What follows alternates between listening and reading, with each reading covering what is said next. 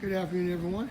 We are out in lovely Briceville, Florida, finishing up the Leatherman project. Nice paver, 2 3/8 full thickness pavers around their new above ground pool. Got a nice little fire pit.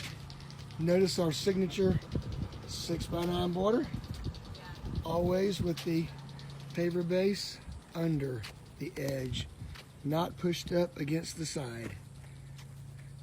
Nice large fire pit. And then we're going to come back to our overlay. We put a nice slope on it for them. Did an overlay on the front and the back. Oh, you are? And well, got some furniture. Furniture came in.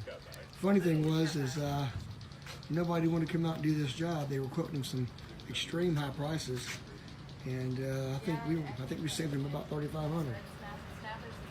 Was that true that somebody like nobody wanted to come do your job? They're giving you a crazy price, like 20 grand to do this job? Absolutely true. And then I think I did it for what, 15 or 16?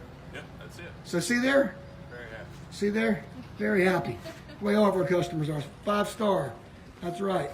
Well, you guys have a blessed day. We'll see you soon on the next job. Y'all take care.